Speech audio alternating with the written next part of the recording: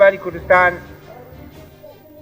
لەلایەن چەند ڕەوشنبیرێکی کوردەوە بیر و ڕایەکەی گەڵاڵە کرا و لە مایسی 1975دا لە شام کۆبوونەوەیەک کرا بە بەشداری هەواڵان دکتۆر فواد عەبدولرەزاق فەیلی ئیمام جەلال و چەند برادەرێکی تر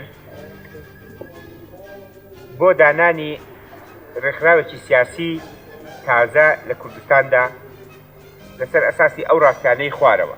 یەکەمینیان کە جوولانەوەی ڕزگاری نیشتمانی دیموکراتی خەڵکی کوردستان کە پێی دەگوترێت کوردایەتی وەک جوولانەوەیکی بابەتی مێژوو کرد هەر لە کایەدایە و هەتا ڕزگاربوونی کوردستان و بەدیهێنانی ئامانجەکانی خەڵکی کوردستان ئەو جوولانەوەیە هەر دەمێنێت.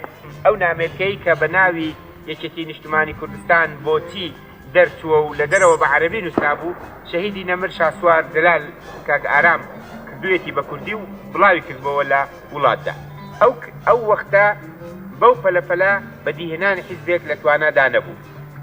لەبەر ئەوە دەبوایە ڕێکخراوێکی فراوان دابنین کە واقعی مجتەمەعی کوردستان و پێویستەکانی گەشەکردنی مجتەمەعی کوردستان ڕەچاو بکات.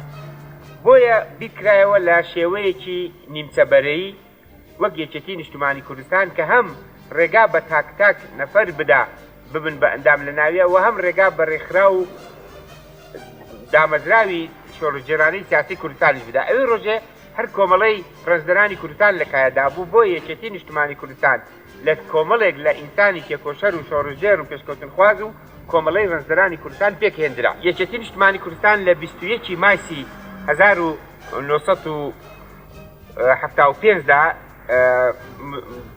مسودەی بەیانی دامەزراندنی یەکێتی نیشتمانی کوردستانی تەصدیق کرد